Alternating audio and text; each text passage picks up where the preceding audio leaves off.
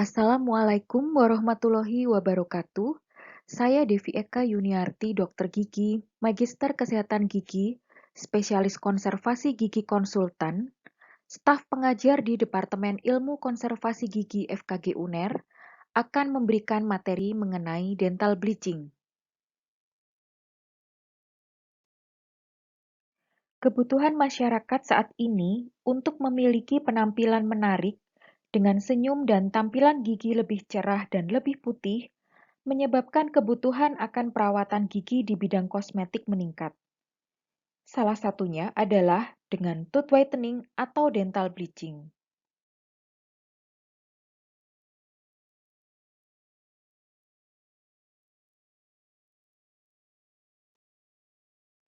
Jika seorang pasien datang dengan keluhan giginya mengalami perubahan warna, bagaimana kita sebagai seorang dokter gigi menentukan rencana perawatan yang tepat bagi pasien tersebut? Saat ini, orang memiliki kecenderungan ingin memiliki warna gigi yang sangat putih.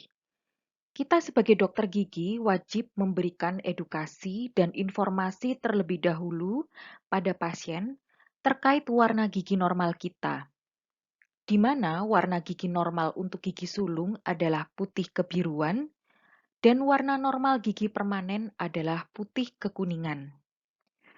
Warna gigi kita ini ditentukan oleh translusensi dan ketebalan enamel, serta warna dentin di lapisan bawahnya. Seiring dengan bertambahnya usia kita, otomatis warna gigi yang tampak akan lebih kekuningan karena menipisnya enamel, dan sebaliknya dentin menjadi lebih tebal karena deposisi dentin sekunder.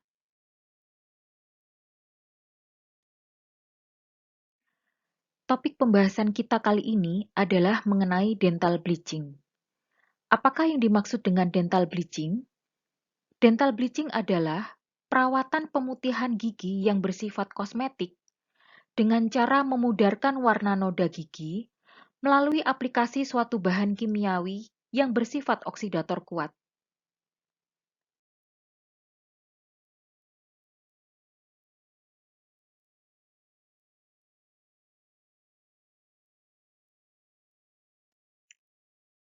Perawatan dental bleaching dibagi menjadi dua, yaitu external bleaching dan internal bleaching. Pada external bleaching, material pemutih gigi diaplikasikan di luar koronal atau di lapisan luar mahkota gigi. Sementara internal bleaching, material pemutih gigi diletakkan di bagian dalam gigi atau di ruang pulpa. Maka, external bleaching ini diindikasikan untuk gigi dengan pulpa yang masih vital, sementara pada internal bleaching diindikasikan pada gigi yang mengalami nekrosis pulpa dan telah dilakukan perawatan saluran akar.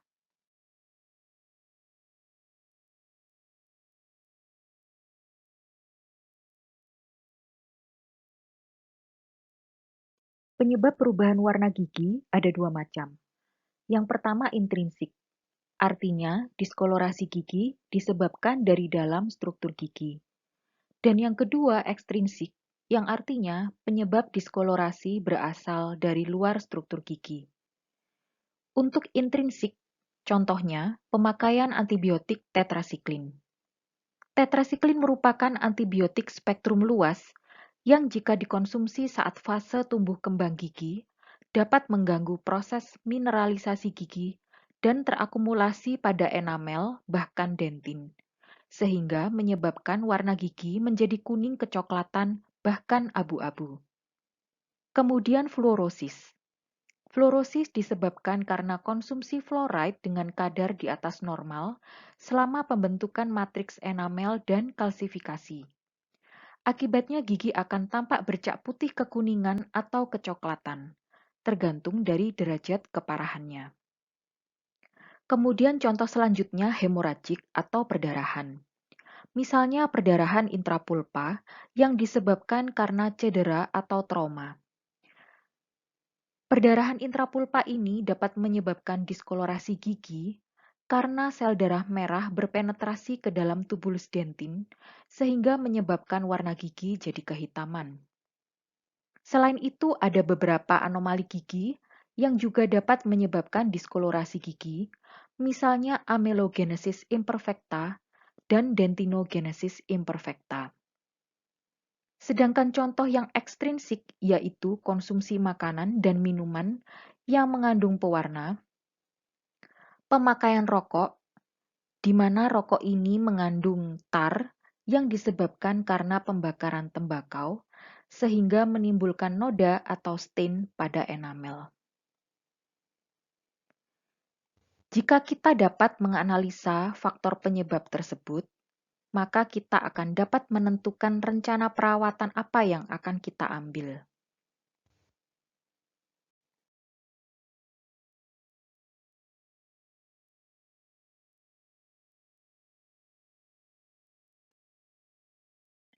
Nah, selain mengetahui etiologi diskolorasi gigi, kita juga perlu mengetahui beberapa klasifikasi diskolorasi gigi, supaya kita bisa menentukan rencana perawatan, apakah akan diindikasikan dengan perawatan dental bleaching yang bersifat minimal invasif, atau sebaiknya perlu dilakukan preparasi dan pembuatan restorasi gigi. Ada 4 macam derajat diskolorasi gigi, mulai derajat 1 yang paling ringan sampai derajat 4 yang paling berat.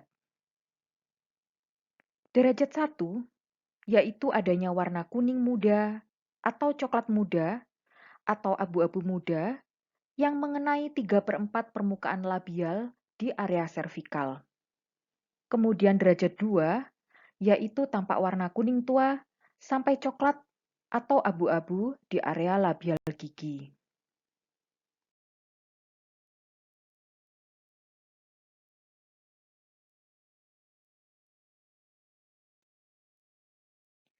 Derajat 3 tampak warna abu-abu tua bahkan kebiruan dengan garis pemisah yang jelas. Sedangkan derajat 4 tampak perubahan warna gigi yang sangat gelap atau menuju ke kehitaman. Sekarang, mari kita membahas mengenai topik external bleaching atau yang disebut juga dengan istilah vital tooth bleaching.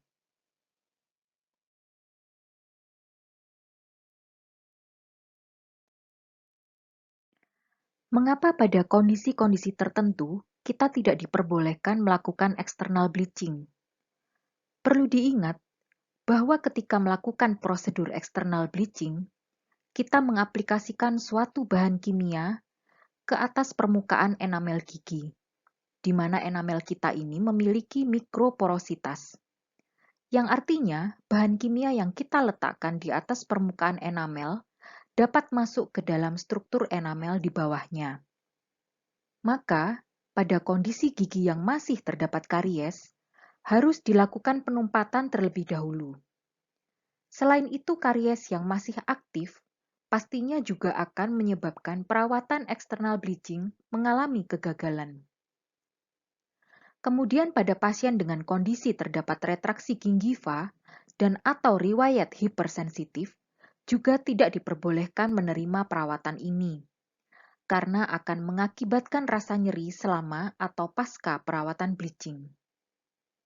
Pasien dengan kondisi retraksi gingiva, di mana area servikal dan jaringan sementumnya terekspos, pada area tersebut merupakan tempat bermuaranya serabut syaraf pulpa perifer.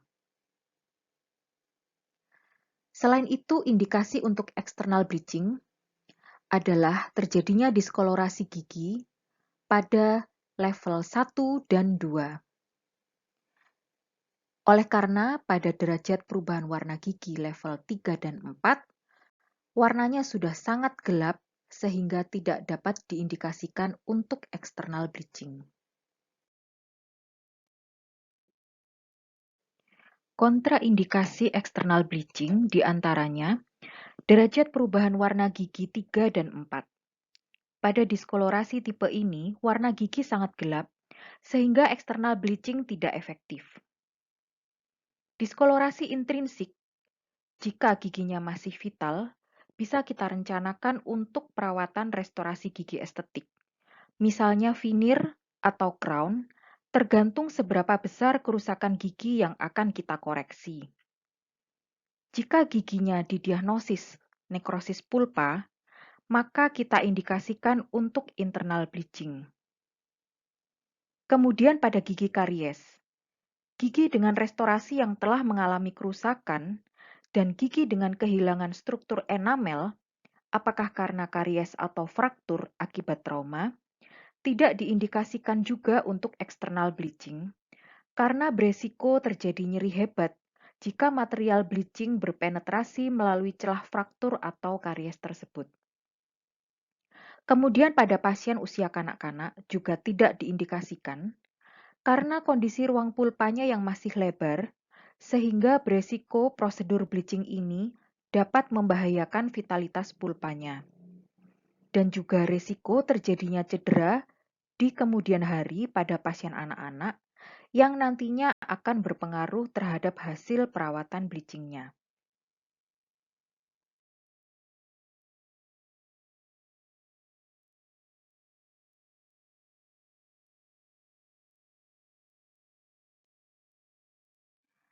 Tiga teknik dasar prosedur perawatan eksternal bleaching, yaitu yang pertama at home, di mana perawatan bleaching dilakukan pasien di rumah di bawah pengawasan dokter gigi.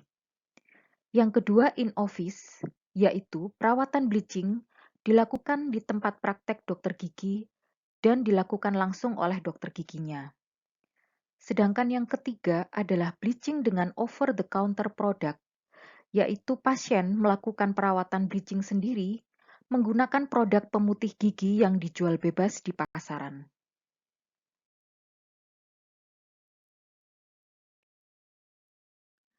Teknik at-home bleaching menggunakan custom tray. Material bleachingnya adalah karbamid peroxide 10, 15, atau 20%, di mana material ini setara dengan hidrogen peroxide 3,5 sampai 6,5%. Saat pasien melakukan bleaching sendiri di rumah, wajib mengikuti instruksi yang telah diberikan oleh dokter giginya.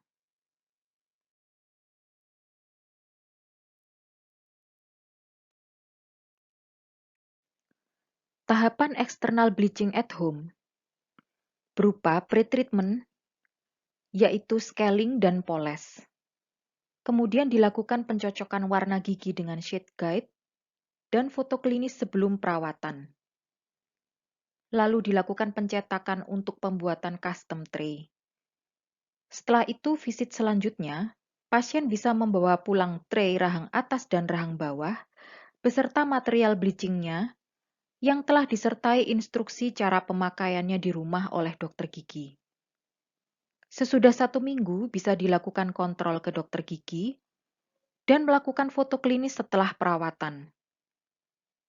Prosedur bleaching ini dapat diulang jika dirasa perubahan warna giginya belum signifikan melalui pengamatan dari foto klinis sebelum dan sesudah perawatan.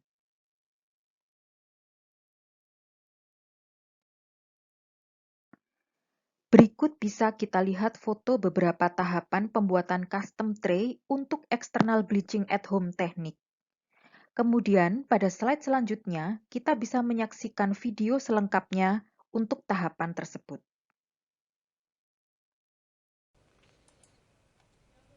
A popular and effective method of bleaching your teeth is to use a home bleaching kit. The dentist will take an exact mold of your teeth and make a custom tray. At home, you can easily inject the bleaching gel into the tray and place the tray on your teeth for 1 hour per day. After several days, your teeth will look significantly whiter and stains will fade away. This will last for 8 months to a year.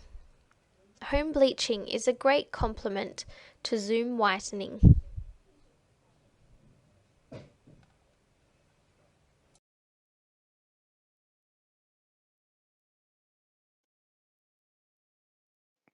External bleaching dengan teknik at home memiliki beberapa keuntungan dan kerugian.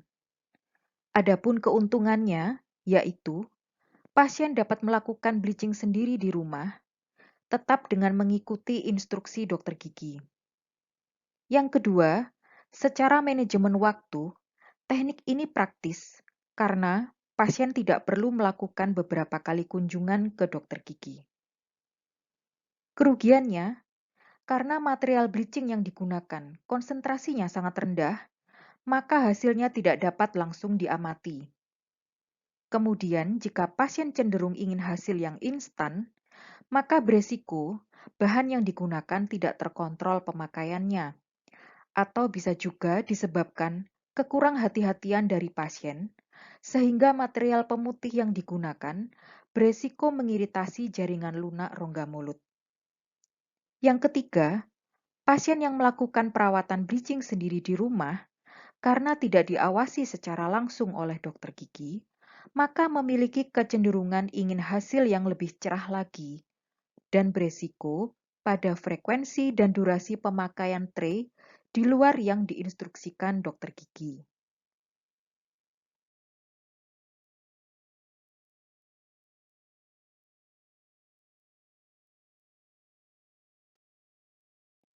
External bleaching in office memiliki dua macam teknik.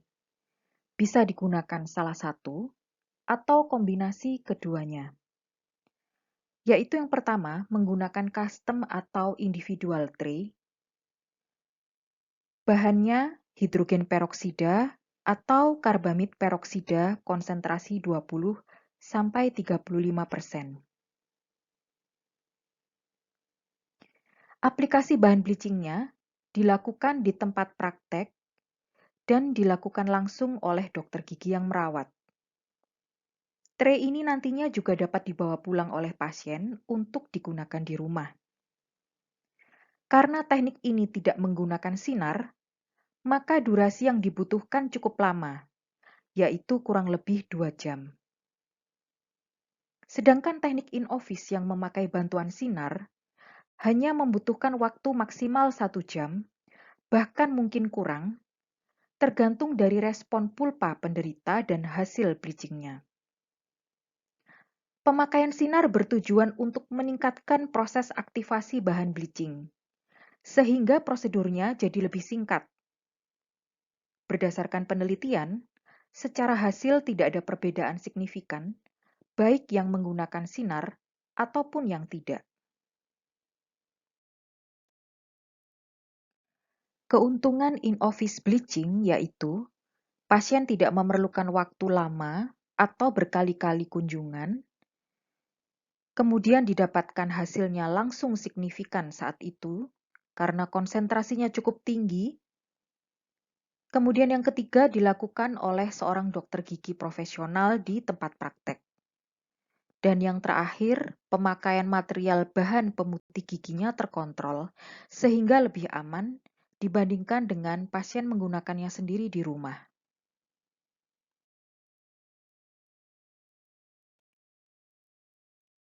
Berikut bisa kita amati foto-foto tahapan perawatan in-office bleaching.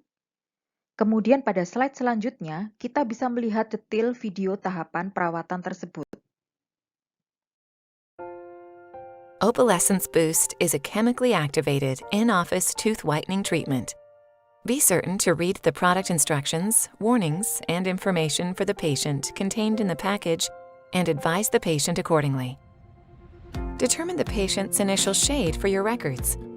Both you and the patient should wear protective eyewear during the procedure.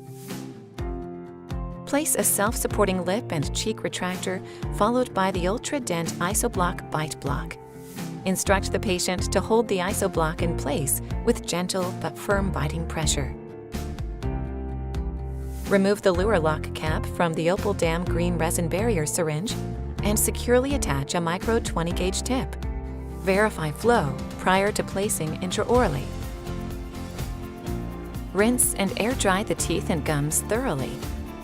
Express a continuous bead of Opal-Dam barrier along the gingival margin, overlapping approximately 0.5 millimeters onto the enamel. Extend the resin one tooth beyond the last tooth to be whitened. Using the mouth mirror, look up the long axis of the teeth for gaps or minute openings exposing underlying tissue and reapply resin. Light cure the resin for 20 seconds per arch using a scanning motion. Carefully check the resin cure with an instrument. Before mixing Opalescence Boost Whitening, check that the red syringe is securely attached to the clear syringe. Depress the small clear plunger into the middle small clear syringe to rupture the internal membrane, and combine the whitening gel and activator. Press the red plunger completely back into the clear syringe. To thoroughly mix the activator with the whitening gel, push stems back and forth continually with thumbs and mix a minimum of 50 times rapidly, 25 times each side. Press all mixed gel into the red syringe. Twist to separate the two syringes and securely attach tip.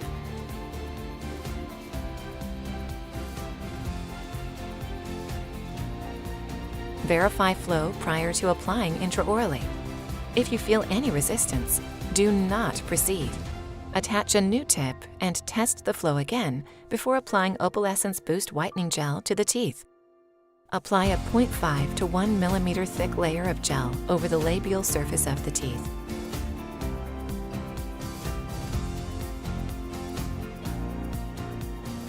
Allow the gel to remain on the teeth for 20 minutes, periodically checking and reapplying the gel to areas that have thinned or need replenishing.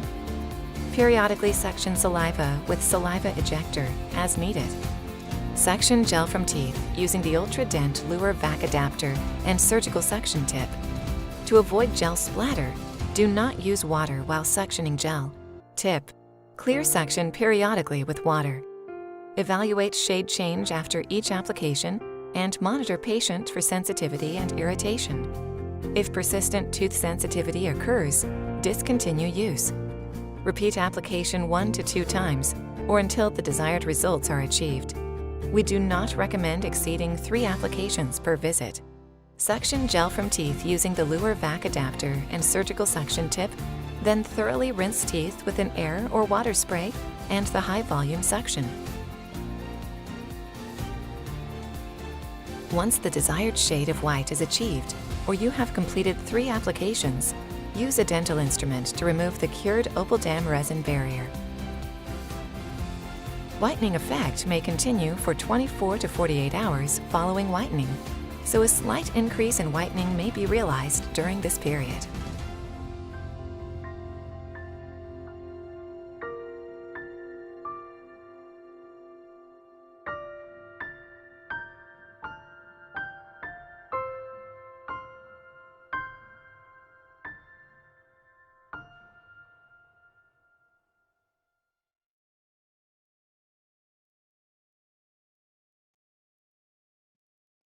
Setelah selesai dilakukan perawatan eksternal bleaching, berikut adalah instruksi pasca perawatannya.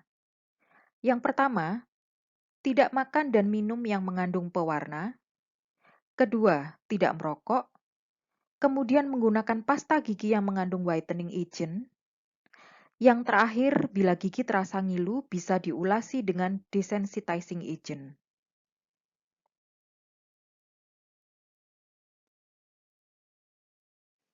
Apa saja efek samping perawatan eksternal bleaching? Yang pertama, terjadi peningkatan diameter tubuli dentin, sehingga mengakibatkan hipersensitivitas pada gigi. 2. Demineralisasi gigi. Disebabkan karena hidrogen peroksida akan menurunkan kadar kalsium dan fluor dalam hidroksiapatit. Kemudian, terjadi iritasi pulpa dan mukosa rongga mulut. Oleh karena perawatan ini memiliki efek samping, maka hendaknya kita sebagai dokter gigi melakukan prosedur perawatan secara hati-hati. Efek samping yang akan dirasakan oleh pasien post-treatment sebaiknya juga diinformasikan di awal sebagai bentuk persetujuan medik.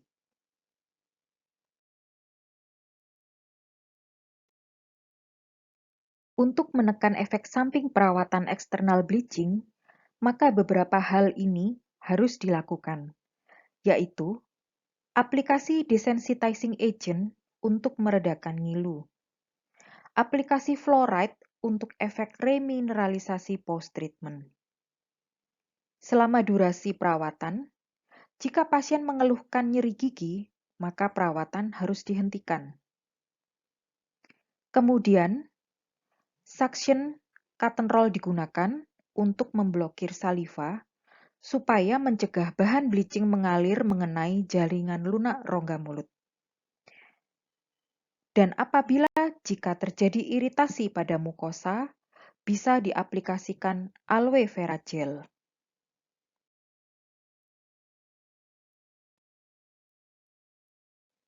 Ada dua macam desensitizing agent yang dapat digunakan untuk menurunkan sensitivitas gigi post-treatment, yaitu potasium nitrat dan fluoride, di mana kedua bahan ini memiliki mekanisme sama, yaitu memicu terjadinya proses remineralisasi. Jadi, selain dapat mengurangi nyeri post-operatif, juga dapat meningkatkan kadar mineral enamel setelah prosedur bleaching. Aplikasi fluoride pada enamel akan menyebabkan struktur enamel, yaitu hidroksiapatit, menjadi fluoroapatit. Struktur enamel yang baru ini akan bersifat lebih kuat terhadap asam.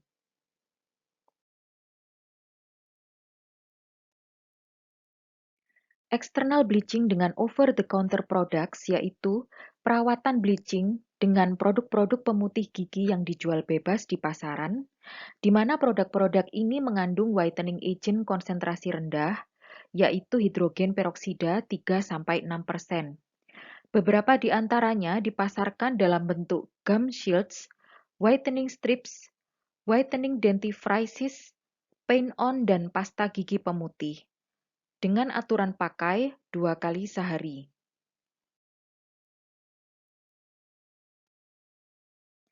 Berikut adalah macam-macam produk pemutih gigi yang bebas dijual di pasaran. Dari atas kiri, searah jarum jam, yaitu whitening kit yang dilengkapi dengan sinar LED portable. Kemudian ada whitening strips yang pemakaiannya hanya dengan ditempelkan di permukaan labial gigi selama beberapa menit. Lalu dentifrices atau whitening powder, yaitu powder pemutih yang sifatnya abrasif. Kemudian ada juga produk whitening pen yang pemakaiannya seperti kuas yang tinggal diulaskan saja di permukaan labial gigi. Lalu kemudian ada juga pemutih gigi yang sudah dilengkapi dengan tray all size, yang pastinya hanya bisa digunakan oleh konsumen yang lengkung giginya normal, karena tray tersebut tidak custom made. Berikutnya kita masuk ke topik mengenai internal bleaching atau yang disebut juga non-vital tooth bleaching. Sebelum itu, kita akan membahas terlebih dahulu beberapa macam diskolorasi gigi intrinsik.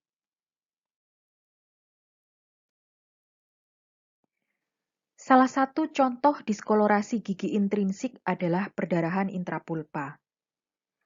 Perdarahan intrapulpa ini dapat terjadi karena seseorang mengalami cedera atau kecelakaan, sehingga terjadi pecahnya pembuluh darah di jaringan periapikal.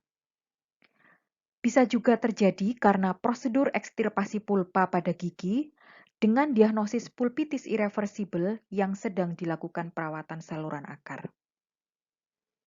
Diskolorasi gigi disebabkan karena saat pembuluh darah ini terputus, darah akan keluar menuju ke tubulus dentin, di mana hemoglobin dalam darah ini akan mengalami degradasi menjadi hemin atau hemetidin.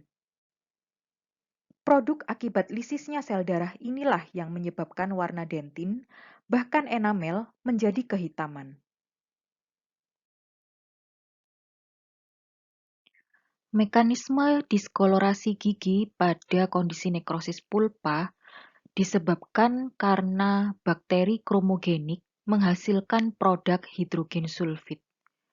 Hidrogen sulfit tersebut akan berikatan dengan hemoglobin yang dihasilkan dari pembuluh darah pulpa yang lisis.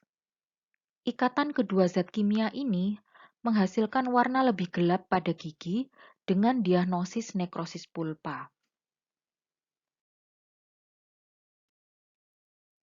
Diskolorasi gigi intrinsik juga dapat disebabkan karena beberapa bahan kimia atau obat-obatan yang kita gunakan saat perawatan saluran akar. Misalnya material pengisi saluran akar yang tidak dipotong 1 mili di bawah orifice, warnanya bisa tampak dari luar mahkota. Kemudian obat-obatan saluran akar golongan fenol yang larutannya masuk ke dalam tubulus dentin dan mengalami oksidasi juga dapat menyebabkan perubahan warna pada gigi. Kemudian restorasi amalgam yang cukup besar juga bisa mengakibatkan gigi menjadi berwarna abu-abu atau kehitaman. Kemudian terjadinya kebocoran tepi dan karies sekunder, sehingga tepi restorasi bahkan jaringan keras gigi di bawah restorasi bisa menjadi kehitaman karena terbentuknya karies kembali setelah ditumpat.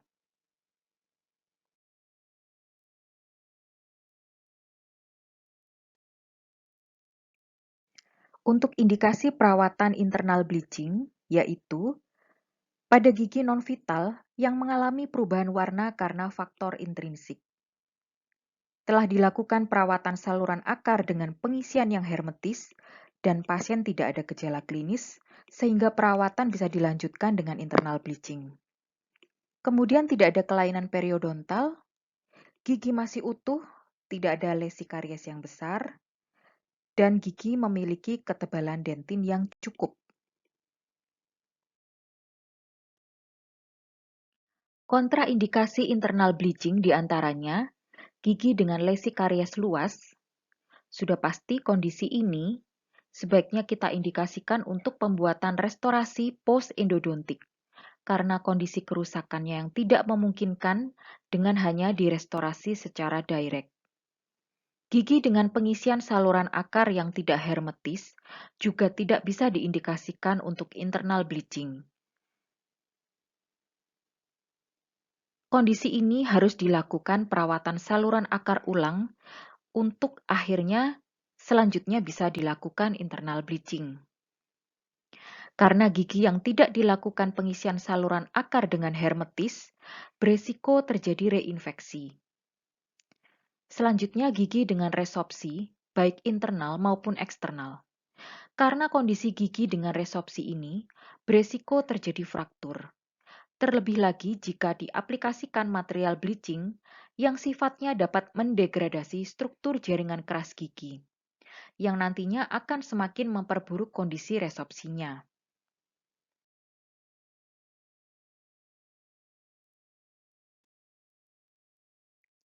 Sebelum perawatan internal bleaching dilakukan anamnesis dan pemeriksaan klinis untuk mendeteksi ada atau tidaknya gejala klinis, dan pemeriksaan ronsen foto untuk mengetahui apakah pengisian saluran akarnya telah hermetis. Jika tidak terdapat masalah atau problem pada perawatan saluran akarnya melalui pemeriksaan-pemeriksaan tersebut, maka pasien selanjutnya melakukan foto klinis sebelum perawatan dan pencocokan warna dengan shade guide. Kemudian dilakukan pengukuran panjang mahkota klinis sebagai acuan pengambilan gutta point dan aplikasi cervical barrier. Kemudian dilakukan aplikasi material bleaching pada ruang pulpa yang diawali dengan aplikasi ETSA terlebih dahulu untuk membantu membuka porositas enamel di ruang pulpa dan meningkatkan efektivitas material bleachingnya berpenetrasi dalam struktur enamel. Selanjutnya dilakukan penumpatan dan pasien diminta untuk datang kembali 1 minggu kemudian. Pada kunjungan berikutnya, dilakukan pencocokan warna setelah perawatan. Jika hasilnya belum signifikan, maka prosedur bleaching bisa diulang kembali.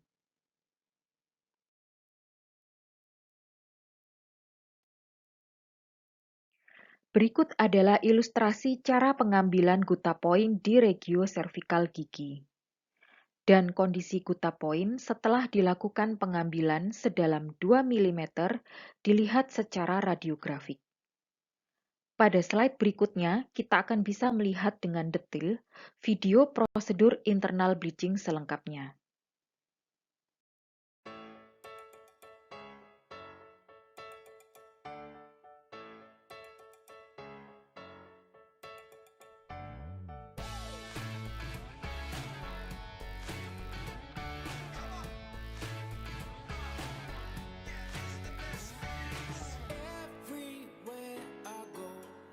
feel so alive.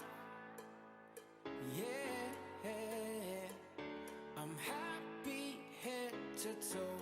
I'm in overdrive. Well, alright. Clear those clouds away. I can feel the sun. Yeah, let the music play. Now we've just begun. I'm ready, 'cause these are the best days. These are the best days. These are the best days of our lives, of our lives. There's magic in the air, and it feels so right. Yeah, yeah. So follow if you dare, and you'll see the light shine so bright. 'Cause these are the best days.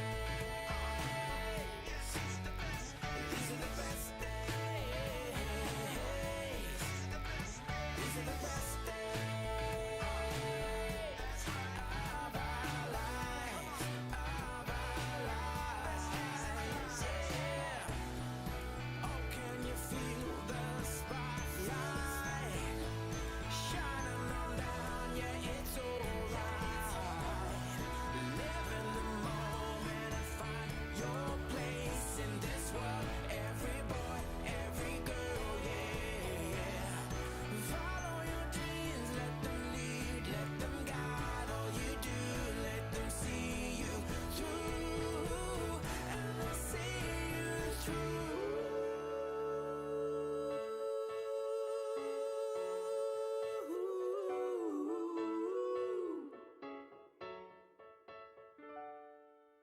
'Cause these are the best days. These are the best days. These are the best days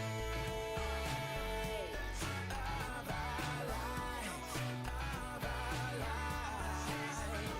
Yeah. These are the best days. Oh, these are the best days.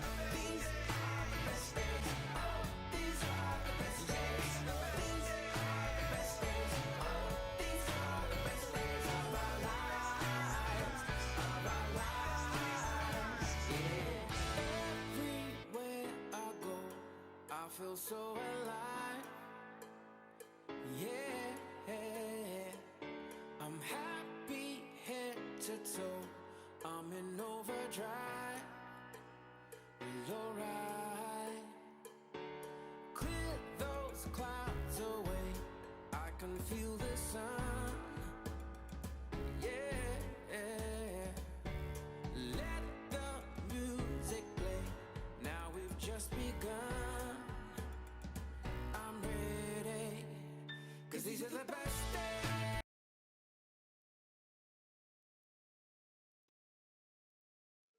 Berikut adalah foto evaluasi hasil perawatan internal bleaching, dilihat dari foto klinis sebelum dan sesudah perawatan.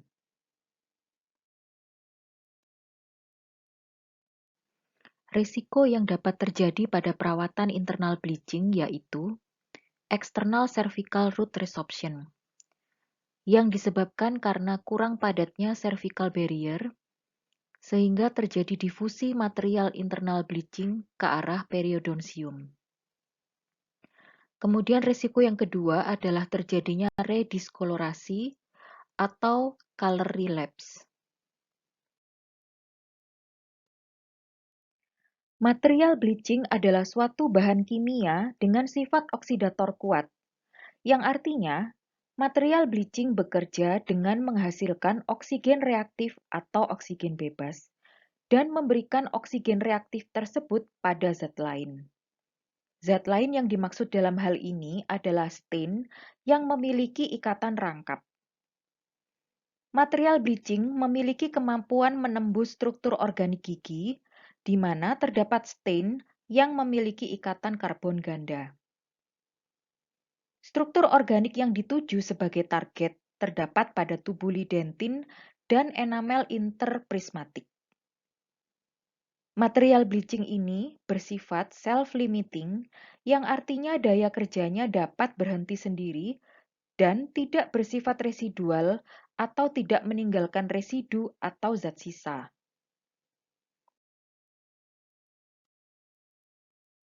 Hidrogen peroksida merupakan bahan bleaching yang paling sering digunakan. Sifatnya jernih, tidak berwarna, viskositas kecil, merupakan oksidator kuat, dan bersifat mengiritasi jaringan lunak. Bagaimana mekanisme hidrogen peroksida sebagai material dental bleaching? Hidrogen peroksida pada keadaan alami akan menghasilkan air dan oksigen. Selain itu, hidrogen peroksida juga bersifat oksidator kuat karena mampu menghasilkan oksigen aktif atau radikal bebas. Gigi yang mengalami diskolorasi memiliki struktur dengan ikatan ganda atau rangkap. Oksigen aktif tadi akan tertarik ke daerah yang kaya akan ikatan ganda, kemudian memutuskan ikatan tersebut menjadi ikatan yang lebih sederhana, sehingga secara visual akan nampak perubahan warna yang lebih terang. Daerah dengan ikatan ganda tersebut berada pada daerah zat organik. Pada enamel, daerah tersebut berada dalam ruang interprismatik.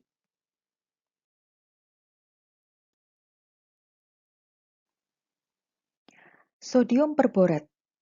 Sodium perborat ini memiliki bentuk granul atau bubuk putih dengan butiran-butiran yang besar. Sodium perborat ini bersifat larut dalam air, stabil dalam kondisi kering dan suhu yang sejuk. Jika ditambahkan air, maka pH-nya alkali dan aman karena tidak menimbulkan resorpsi akar.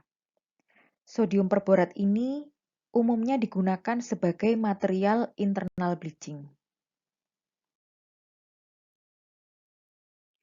Karbamid peroksida merupakan suatu kristal putih yang merupakan kombinasi hidrogen peroksida dan urea.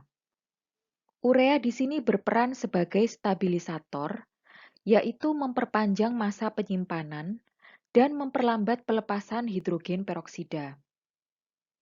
Karbamid peroksida telah dinyatakan aman oleh American Dental Association. Untuk in-office bleaching, menggunakan konsentrasi karbamid peroksida 30–50%, sedangkan untuk at-home bleaching, menggunakan karbamid peroksida konsentrasi 10%. Dengan perbandingan hidrogen peroksida 3% dan urea 7%.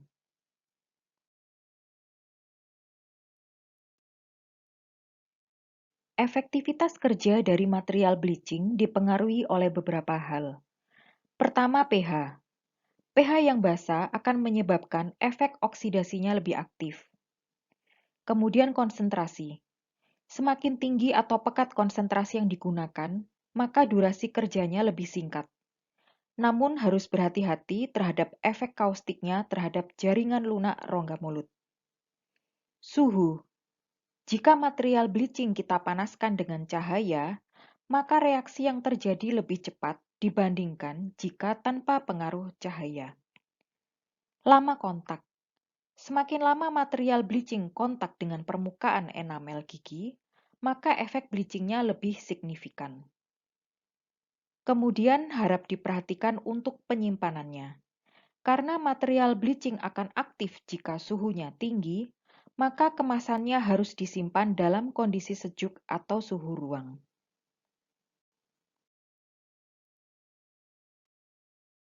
Sebagai penutup, pasca perawatan eksternal bleaching memerlukan tindakan rekondisi permukaan gigi atau tindakan touch-up untuk mencegah terjadinya relapse atau perubahan warna kembali ke warna gigi asal sebelum perawatan, yaitu dengan cara pemakaian pasta gigi yang mengandung pemutih, menghindari konsumsi bahan makanan atau minuman yang dapat menyebabkan perubahan warna gigi, pemberian fluor untuk desensitizer, dan mencegah demineralisasi gigi pasca bleaching.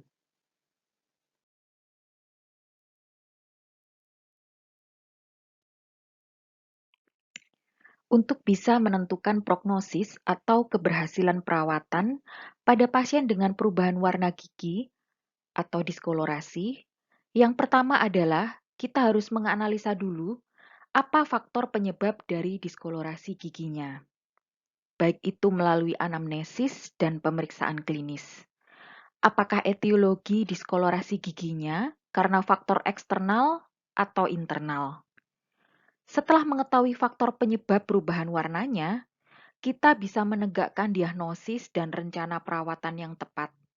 Apakah akan dilakukan dental bleaching, ataukah melalui prosedur pembuatan restorasi vinir atau bahkan crown, di mana masing-masing perawatan ini memiliki teknik yang berbeda-beda.